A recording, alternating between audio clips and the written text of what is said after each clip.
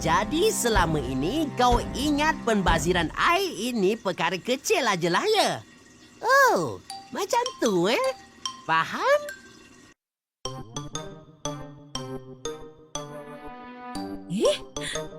Kenapa tak ada air ni? Tangki bocor ke? Ikuin! Bekalan air dalam tangki dah habis lah. Alah, masalah kecil je tu. Tak payahlah nak kecoh-kecoh. Ha?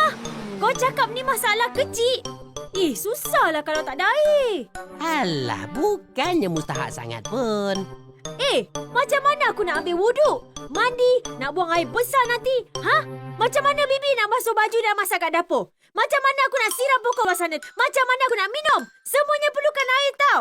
Tapi, selama ini kau yang selalu membazir air kan?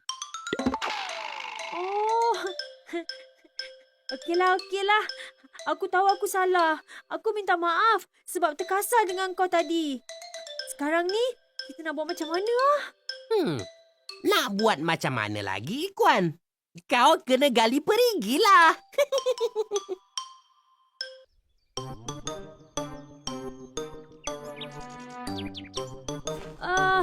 Kat mana tempat yang sesuai nak gali perigi, Queen? Pilih je lah dekat mana-mana yang kau suka. Kalau tak ada? Kau gali je lah kat tempat lain pula.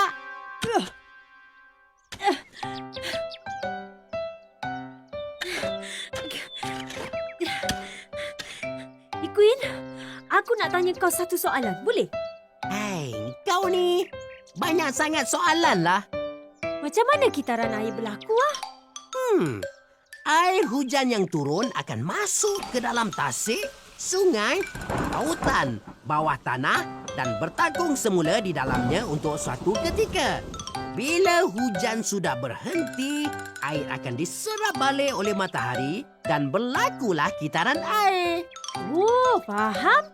Jadi selama ni ada air hujan yang bertakung kat bawah tanah ni. Okey, aku akan gali lebih dalam lagi.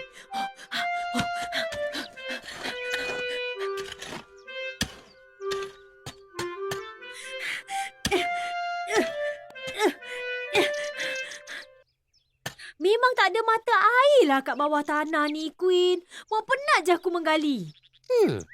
Mungkin lubang yang kau gali tu tak berapa dalam lagi kot.